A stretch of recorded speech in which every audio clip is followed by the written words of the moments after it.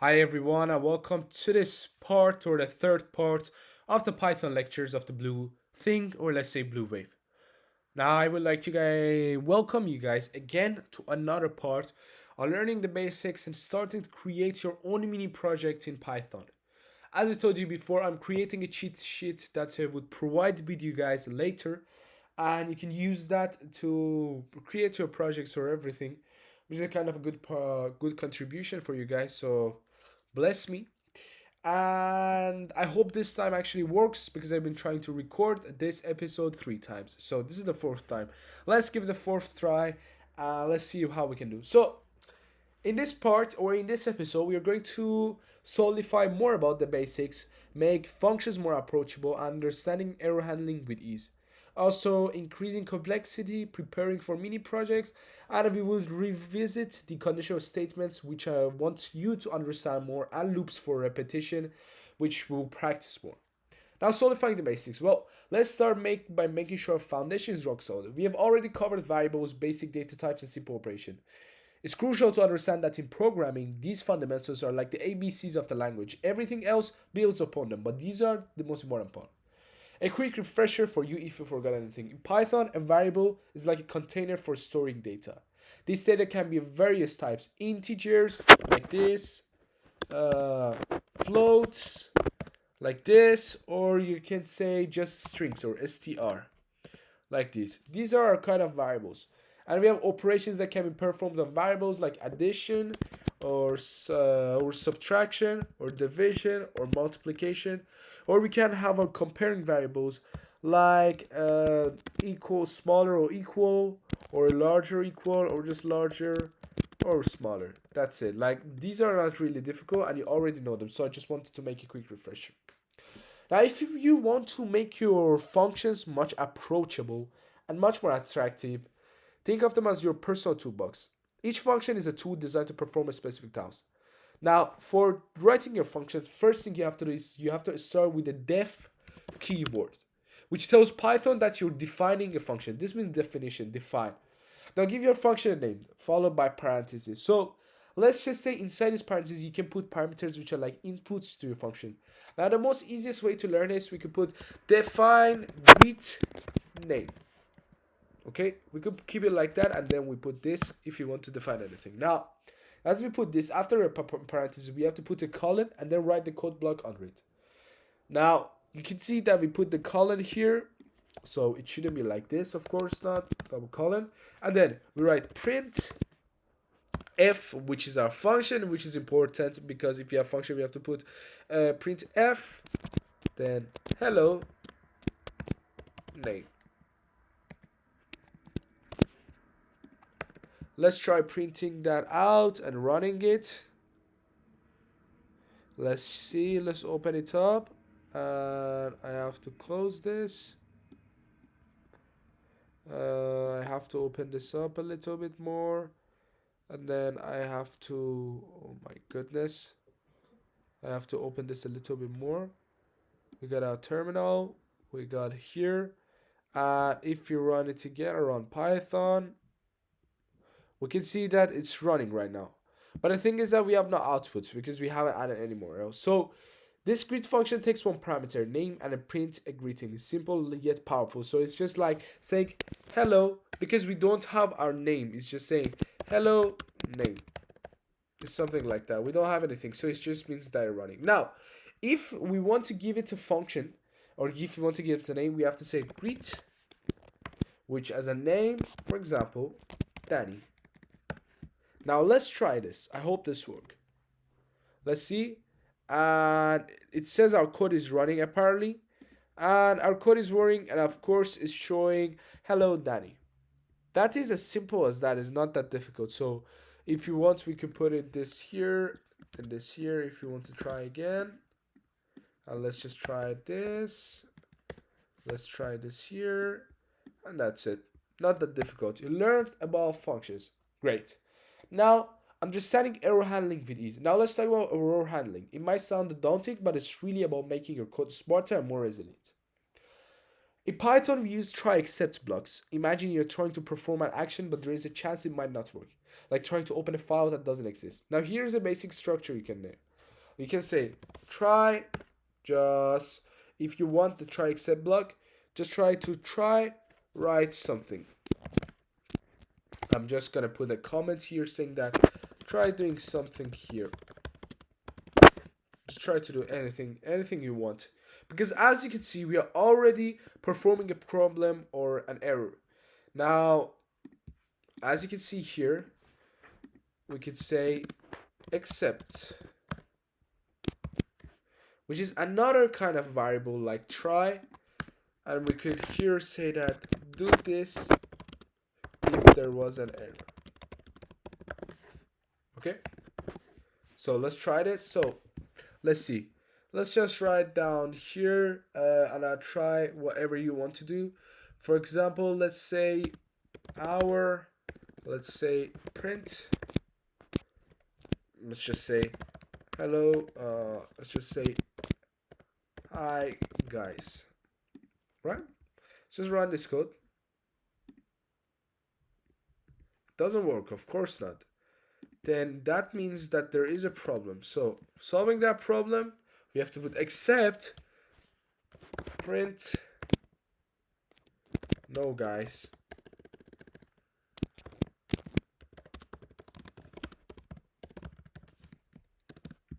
So if you want to run this out, as you can see, it runs for us the code hi guys. Now, let me give you a simple thing. I don't know if the guys have worked with JavaScript or other kind of programming languages like HTML, CSS. They are familiar with else or if-else statement. Try and accept is literally if and else statement and is much easier to learn. Now, we want to increase a little bit complexity. So I'm going to prepare you guys for mini project. And this leads out to our goals, mini projects, and I'm preparing you guys. I know I'm not that confident, I'm not that ready. I'm not like that kind of a tutor that could help you guys toward teaching you like a real programmer. I'm sorry about that, but I'm trying my best. Now, let's revise our conditional statement to create our small idea and create our project. So, conditional statements again allow your program to make decisions based on certain conditions. Now, let's say you're writing a program that gets a greeting based on the time of the day. Here's how you could do it. Now, if you want to do that, you could say hour is equal to 15, right? And here I'm gonna make a comment saying let's assume it's just 3 p.m. Then you say if our hour is less than 12, then print out good, let's go this way, Guten Morgen. I'm gonna go German a little bit. I'm also practicing my German. But after if, we don't just jump into else. We go elif, which means before else. Elif, if hour is again less than 6, we can say print Guten, or let's say Guten Tag. Let's just assume like that. Now, if we assume it like that, oh my goodness, I made a mistake here. Then we can say else if the hour is not even like between 12 and 18. We could just say else if it is anything else. It just print out whatever it was. Oh my god, because it cannot be morning or it cannot be afternoon. Gute Nacht. I hope the guys here know German. So we said that the hour is 15. So let's see what our program would run. As you can see, Guten Tag. This is our statement if it says here Guten Tag, because it's 3 p.m. and is less than 18, is less than hour 18. So let's keep it like that. Now let's just change this hour from 15 to 22. Let's print again and see what time of the day it is. It's Gute Nacht. It means good night. Now that's it for a conditional statement. See how simple it is? It's this simple. The program checks the hour and prints a greeting according to that. Now, as I told you before, these are our conditional statements. Right? So let's move on a little bit more complex with some examples about learning loops for repetition. Now, as I said before, loops are for repeating actions. So if you want to do that, let's create a classic use of for loop, which is kind of loop, and let's just do it simple example. So we say for I in range, I should be defined as our loop, of course, in range between 5, 0, and -1, right? Let's just keep it like that. Then say print I, okay? And then print blast off. Let's just try it like that, okay? So this loops counts down from 5 to 1 and then prints out blast off. The range function is very useful here, and it generates a sequence of numbers. So let's just do it like that, and let's see. 5, 4, 3, 2, 1, blast off. Now, why did we here put -1? Because of the -1 is going to say blast off. So if we put like 1, let's try it this way and see. 5, 4, 3, and you can see it doesn't work. It says just blast off because it's not a negative number. Let's just put -2. Let's just run our code. As you can see, 5, 3, 1, blast off. So this loop is not working properly because of this. And why? That's another kind of error handling. Now, let's get you another example. Let's do another example to learn more. So I'm going to give you guys some time to do this example. Let's do print. Let's put these concepts to work in a mini project. So we'll build a simple calculator right now that can add or subtract two numbers based on their user input using the conditional statements and using a loop. So let's say print simple calculator. Let's name our project that. Now, number 1, which this will be our float. As we said, that's a variable input. Then you say enter first number, which that number could be whatever it is, right? Let's just keep it like that. Then we go to the next one, number 2, because we want just 2 numbers. Maybe we could create more, but let's just keep it like that for now. Float, we have to say first operation to operation because it needs to know how does it operate. So operation input, as we can say, choose operation, which could be either add or subtract. As we said, it's just gonna be really easy, so really simple. Then we gotta go with our number 2, which is our float input, then another parenthesis open like the last time, enter your second number. As simple as that. Now, let's move on to give this, in this calculator, we get 2 numbers and an operation from the user. So now we want to know the conditional statements. Let's move on to that. So we say if the operation is equal to this, we can put this as our result is equal to number 1 plus number 2, our variable. So if operation is equal to a positive number, it means number 1 plus number 2, because both of those numbers are going to be positive. Elif, if our operation is equal to a negative number, we can say the result can be number 1 minus number 2, because we are subtracting them, of course. This is kind of machine learning that you might see these days. Else, if we get anything else, let's just say print just invalid operation. It can be anything, like if you use a division or anything else. Now, print, oh my bad, print result, let's just keep it like that, result, right? So our result here would be uh, let's just say run this code and let's see what happens. As you can see, it just printed out simple calculator. How about if we say print 2 plus 2? Let's see what happens now. Oh, there was a problem, which is here.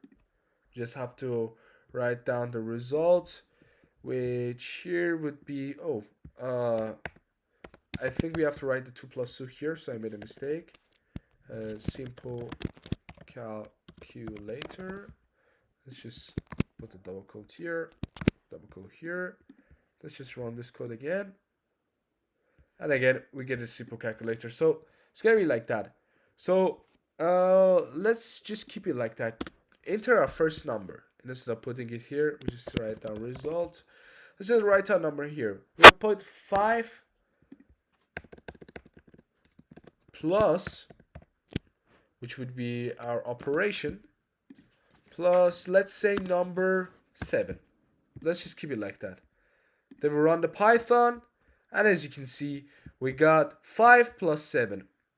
As you can see, we got 5 plus 7, and that's an amazing, of course, data, because 5 plus 7 means 7, and that means the result is positive. So that's it for your simple calculator. I mean, it's not that difficult. It's really easy. It's really simple to use, and there's no problem with it. But the thing here is that we're going to work more on this kind of stuff, and we are going to learn more. So let's move on to another example, or I'm going to give you guys this task to do it at home. So our next example is going to be creating a guess number game, right? As we don't have a lot of time and we are running out of time because we are already 20 minutes, creating a guess number game. I'm just going to put here, and then in this game you're going to first print your name of the game. Next thing you gotta do is to target your variable, which I'm going to give you a hint, which could be target underline number. Then you know what to do, of course. And then later on you gotta guess is equal to int input guess a number between 1 and 10, which it should be like that. Then you write your number here, 8 or anything. So I'm just going to write you here because I know you didn't know about this. Just use that one. Then after that, write here your if, elif, and else statements here. And then at the end, just print your code. Try this, and this game uses the random module to generate a random number and then compares the user's guess to this number. It's really fun and interactive way to understand how Python can be used for game development, and is of course data science and game development. And ladies and gentlemen, as you're gonna do this exercise at home or by your own, I would like to say this is the end of this part of the Python series, the Part 3, and we've covered quite a lot today, so let's give a round of applause to yourself and stay tuned for our next session, which is going to be the Part 4. I would like to see you guys there soon, and see you guys there. Bye and have a nice day.